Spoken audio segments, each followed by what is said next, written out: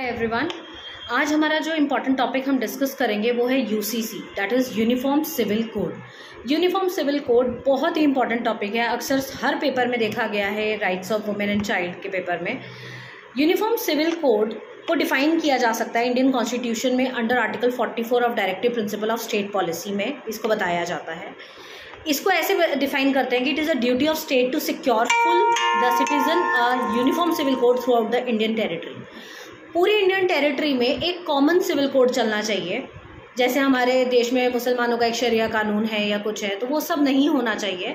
एक uniform civil code होना चाहिए जो पूरे देश में सेम कानून अप्लाई हो, चाहे उसमें मैरिज की बात हो, चाहे उसमें डिवोर्स की बात हो, चाहे मेंटेनेंस की बात हो, चाहे अडॉप्शन की बात हो, या इनहेरिटेंस की बात हो, या XYZ किसी भी चीज़ की बात हो। किसी भी चीज़ से रिलेटेड अगर लॉ है तो वो कॉमन लॉ रहेगा, पूरे इंडिया की हर टेरिटरी में सेम रहेगा। इसका मतलब है वन कंट्री रूल। इसको क्या कहा जाता है? One country rule.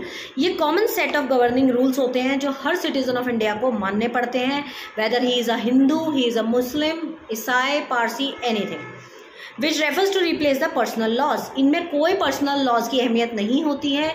यहाँ पर सिर्फ एक ही कानून चलता है और वो है यूनिफॉर्म जो लॉ है पूरे इंडिया में सिमिलर। ये रिलीजियस स्क्रिप्चर के पे बेस्ड किसी कानून को नहीं मानेगा, किसी कस्टम को नहीं मानेगा। इनके कॉमन लॉज होते हैं। इसका एक ही रीज़न है लाने का कि नेशनल इंटीग्रिटी को मेंटेन रखना, देश में यूनिटी को मेंटेन रखना। बहुत सारे सिचुएशन होते हैं जिसमें विमेन एंड चिल्ड्रन जो अलग अलग पर्टिकुलर कम्युनिटी से होते हैं उनके साथ डिस्क्रिमिनेशन होता है।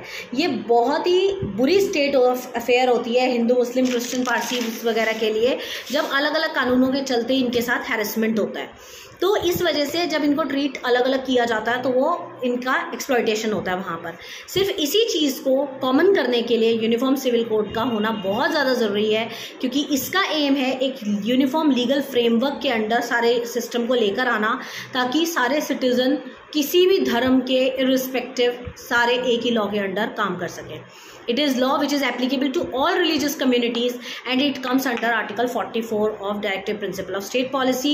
ये प्रोटेक्शन प्रोवाइड करता है vulnerable section of society को भी। So it is very important uniform civil code. आपको बहुत ही अच्छे से इसको रेडी करना है।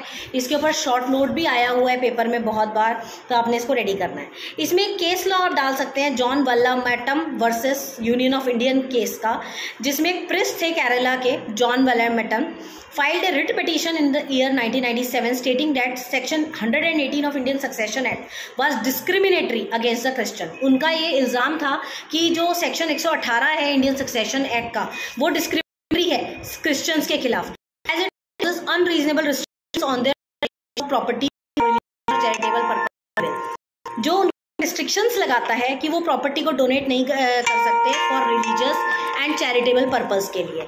तो the bench comprising of chief justice of India VV Khare, justice SB Sinha and justice AR Lakshmanan struck down the section declaring it to be unconstitutional, और उन्होंने इसको अनकॉन्स्टिट्यूशनल घोषित कर दिया आर्टिकल 44 का ल्यू लेकर।